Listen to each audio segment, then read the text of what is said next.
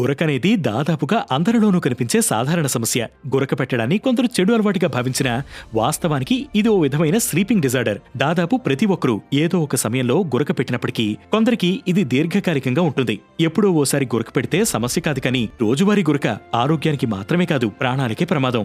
ఎందుకంటే NCBA ప్రకారం గురక పెట్టని వారితో పోలిస్తే గురక పెట్టేవారికి స్ట్రోక్ ప్రమాదం 46% ఎక్కువ. కొన్ని సందర్భాల్లో గురక కారణంగా దమనంలో రక్త ప్రవాహానికి ఆటంకం కలిగి ప్రాణాంతకంగా మారచ్చు. అలాగే అమెరికాకు చెందిన క్లీవ్లాండ్ క్లినిక్ ప్రకారం తరచూ గురక పెట్టేవారికి గుండెపోటు అవకాశాలు ఎక్కువ. ఇక గురక పెట్టేవారికి డయాబెటీస్ వచ్చేందుకు 50% ఎక్కువ అవకాశాలు ఉన్నట్లు యేల్ యూనివర్సిటీ అధ్యయనాలు చెబుతున్నాయి.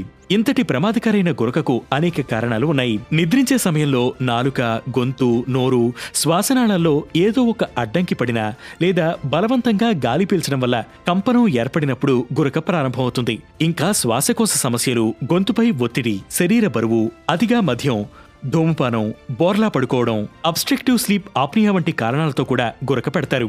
నేషనల్ స్లీప్ ఫౌండేషన్ గణాంకాల ప్రకారం ప్రతి 3 పురుషుల్లో ఒకరికి, ప్రతి 4 స్త్రీల్లో ఒకరికి రాత్రివేళ గురక పెట్టే అలవాటు ఉంది. ఇక గురక సమస్యను శాశ్వతంగా నివారించలేకపోయినా లైఫ్ స్టైల్ మార్పులతో నియంత్రించవచ్చు.